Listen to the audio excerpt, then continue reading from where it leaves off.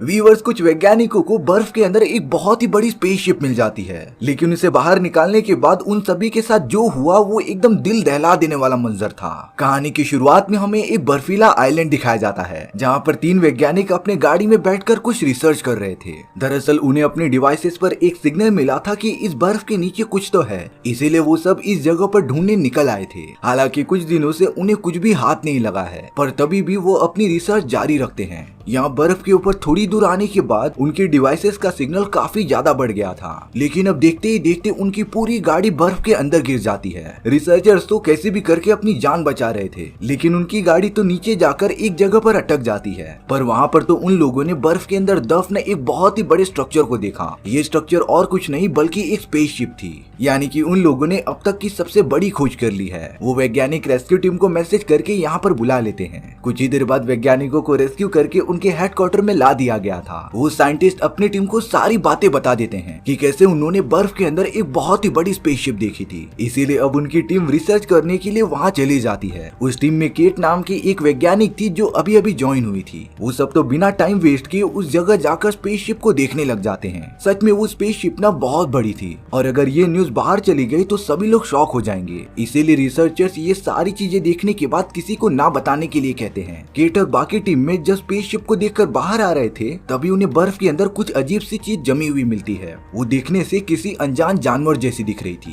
Cat और उसकी team सारी इन्फॉर्मेशन कलेक्ट करने के बाद वापस अपने हेडक्वार्टर में आ जाते हैं। वो सब डिस्कस कर रहे थे कि ये बात हमें डिस्क्लोज तो करनी नहीं है, और अब बारी आती है बर्फ के अंदर जमे हुए उस जानवर की। कई लोग तो कह रहे थे कि उन्हें तुरंत जानवर को बर्फ से बाहर निकाल लेना चाहिए, लेकिन केट का मानना था कि अगर उस जगह पर स्पेसशिप मौजूद हो सकती है तो जरूर उसके अंदर से कोई बाहर निकल कर आया होगा, और अगर ये जानवर उन्हीं में से एक होगा तो हमें उसकी बॉडी को टच नहीं करना चाहिए, क्योंकि ये सारी चीजें बहुत ही ज्यादा खतरनाक हो सकती थी। इसीलिए केट की बात को मद्देनजर रखते हुए सभी ने ये डिसाइड किया था कि वो उस जानवर को बर्फ के सहित यहाँ पर लेकर आ जाएंगे। रेस्क्यू टीम के साथ और भी बहुत सारे लोग वहाँ पर चले जाते हैं उस क्रिएचर को लाने के लिए, और अब बड़े से आइस क्यूब में उस जानवर को हेडक्वार्टर में ला दिया गया था। सभी लोग तो उसे इतने पास से देखकर बहुत ही ज्यादा शॉक हो गए थे। केट भी बाकी लोगों के साथ उस जानवर पर रिसर्च करने के लिए रेडी थी, क्योंकि इससे वो सब ये पता लगा सकते थे कि ये जानवर कितने साल पुराना है। लेकिन अब उस पूरे हेडक्वार्टर का मालिक, जिसका नाम माइक था, वो केट और बाकी सभी के पास आकर ये कहता है कि उसे सबसे पहले उस जानवर के सैंपल्स चाहिए। लेकिन केट उसे मना कर रही थी, क्योंकि बिना किसी रिसर्च के बगैर जानवर को टच करना बहुत ही खतरनाक हो सकता था। लेकिन माइक केट की जरा भी बात नहीं मानता, और अब प्रेशर में आकर केट माइक को अलाउ कर देती है, और अब ना चाहते हुए भी केट माइक को सैंपल्स कलेक्ट करने के लिए दे देती है। इसके बाद वो सब अलग अलग तरीके से उस जानवर का टेस्ट करने लगे थे, क्योंकि वो सब अब इतनी बड़ी खोज का हिस्सा बन चुके हैं। लेकिन उन लोगों ने ये बात ध्यान नहीं दी कि बर्फ पिघलना स्टार्ट हो गई है, और अब वो सब एक रूम में इकट्ठा होकर पार्टी कर रहे होते हैं। तभी एक रिसर्चर उस बर्फ के पास आकर चेक करने लगा था, लेकिन उसे जरा भी अंदाजा नहीं होता कि उसकी हालत बहुत ही खराब होने वाली है। अब अचानक से वो बर्फ पूरा का पूरा टूट जाता है, जिसके अंदर से एक बहुत ही खतरनाक क्रिएचर बाहर निकल गया था, और अब वो अपने सामने आने वाले सभी चीजों को मारकर आगे बढ़ता रहता है। बाकी लोगों को भी इस बारे में पता चल गया था कि वो क्रिएचर बर्फ से बाहर निकल चुका है, इसीलिए वो लोग क्रिएचर को पकड़ने के लिए लगातार उसके पीछे भागते रहते हैं। उन लोगों ने ये देखा कि वो खतरनाक क्रिएचर घर के नीचे वाले हिस्से में छुपा हुआ है। केट वहाँ पर एक वैज्ञानिक के साथ आ गई थी, लेकिन अब उस क्रिएचर ने अपनी बड़ी बड़ी टेंटिकल्स का यूज करके केट के साथ वाले वैज्ञानिक को जान से मार दिया था, जिससे बाकी लोगों को अंदाजा हो जाता है कि ये क्रिएचर उनके लिए खतरा बन सकता है। और अब उन सभी ने मिलकर ना चाहते हुए क्रिएचर को खत्म करने के लिए फ्लेम थ्रोअर मारना स्टार्ट कर दिया था। थोड़ी देर में वो क्रिएचर पूरा का पूरा जल जाता है, और अब उन लोगों ने जो बहुत ही बड़ी खोज की थी वो खत्म हो चुकी थी। पर तभी भी केट और बाकी सब उस क्रिएचर की मरी हुई बॉडी पर टेस्ट करते रहते हैं। सच में वो क्रिएचर ना बहुत ही ज्यादा अजीब था। उसका बॉडी स्ट्रक्चर अर्थ के जानवर से बहुत ही अलग होता है। अब केट उस क्रिएचर की पूरी बॉडी का इन्वेस्टिगेशन करने लगी थी। हालांकि उनके एक दोस्त को क्रिएचर ने पूरा खा लिया था, पर फिर भी केट अपने मरे हुए दोस्त की बॉडी को चेक करते रहती है। केट को तो कुछ शक हो रहा था। जब केट अपने मरे हुए दोस्त के बॉडी के सेल्स को चेक करने लग जाती है, तब उसने देखा कि क्रिएचर के सेल अभी तक मरे नहीं हैं। वो उसके दोस्त के बॉडी में अभी भी मौजूद है, जो सभी सेल्स के ऊपर एक परत बनाकर उसे पूरा अपने आप में कन्वर्ट कर रही है, यानी कि अब भी खतरा टला नहीं है। अब यहाँ केट की टीम में से कुछ लोगों की तबीयत अचानक से खराब होने लग जाती है, इसीलिए उन तीनों पेशेंट्स का इलाज करने के लिए उन्हें हेलीकॉप्टर से हॉस्पिटल भेजा जा रहा था। केट तो यहाँ पर वॉशरूम में अपना मुंह धो रही होती है, तभी उसे जमीन पर लोहे के कुछ टुकड़े दिखाई दिए थे।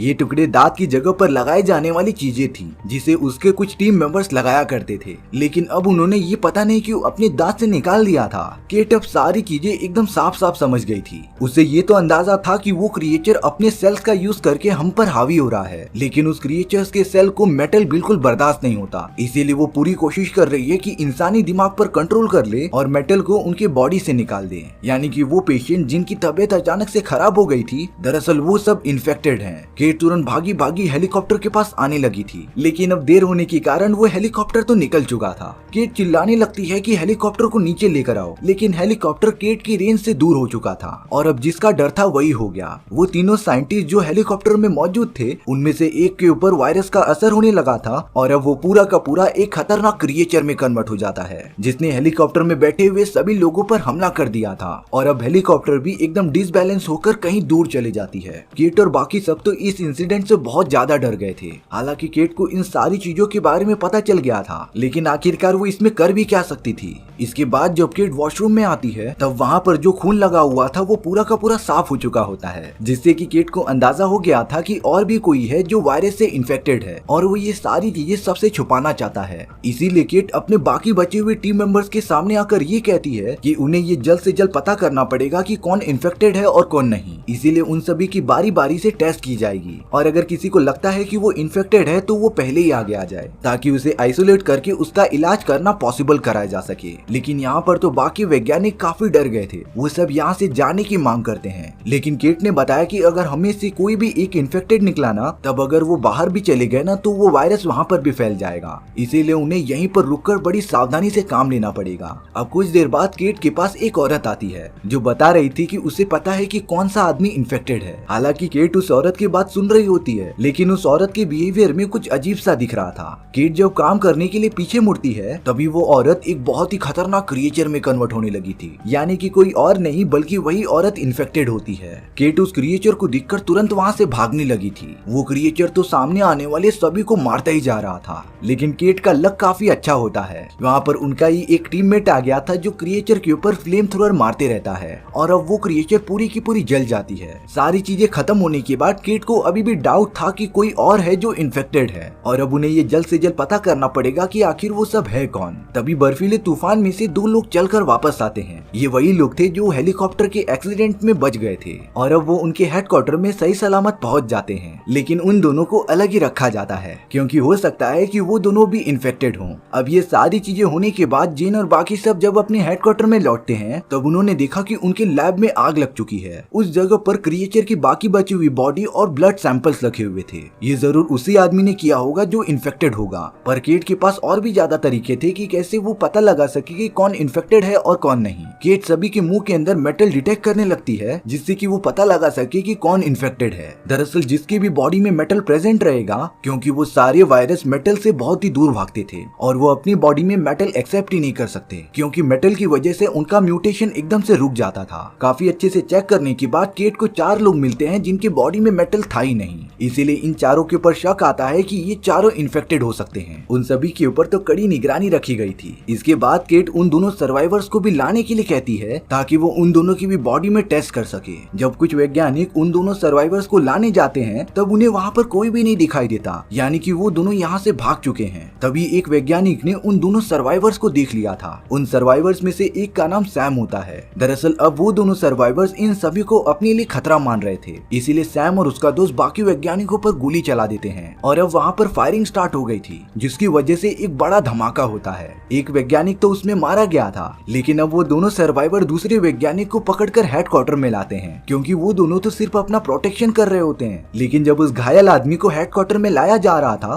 तभी उसका हाथ अचानक से निकल जाता है, यानी कि वो वैज्ञानिक भी इन्फेक्टेड था और अब उसका इन्फेक्टेड हाथ भी बाकी सभी पर हमला करने लग जाता है। उसकी पूरी बॉडी में से टेंटिकल्स निकलने लगे थे, जो सैम के दूसरे दोस्त के बॉडी में घुसकर उसे जान से मार देते हैं और अब वो क्रिएचर अपने पूरे फॉर्म में आकर सभी पर हमला करने लगा था। वो इतना डरावना था ना कि एक वैज्ञानिक बेहोश ही हो जाती है, पर केट के हाथ में फ्लेम थ्रोअर लग गई थी, इसीलिए वो बहुत सारी आग क्रिएचर के ऊपर मारती है। हालांकि उस क्रिएचर को थोड़ा थोड़ा सा डैमेज हुआ था, पर वो यहाँ से बचकर तुरंत भाग गया था। केट अब जरा सा भी रिस्क नहीं लेना चाहती, इसीलिए वो वहाँ पर मौजूद घायल हुए सभी लोगों को आग लगा देती है, जिससे कि वो सब भी कभी क्रिएचर में कन्वर्ट न हो। माइक एक डेस्क के नीचे छुपता रहता है, लेकिन अब उस क्रिएचर ने माइक को पकड़कर उसे जान से मार दिया था और अब सिर्फ केट और सैम बचे हुए थे, जो बड़ी बारीकी से आगे बढ़ते रहते हैं। क्रिएचर के सामने आने पर केट ने तो फ्लेम थ्रोअर से उसके ऊपर हमला कर दिया था। हालांकि वो क्रिएचर पूरा आग में लिपटा होता है, लेकिन अब वो अपनी जान बचाने के लिए तुरंत बाहर बर्फ में चला गया था। और अगर ये क्रिएचर बाकी मासूम लोगों के पास पहुंच गया ना, तो ये अपना खतरनाक वायरस सभी में फैला देगा। इसीलिए केट और सैम मिलकर उसे लगातार जलाते रहते हैं। वो तो क्रिएचर को जरा सा भी मौका नहीं दे रहे थे खड़ा होने का।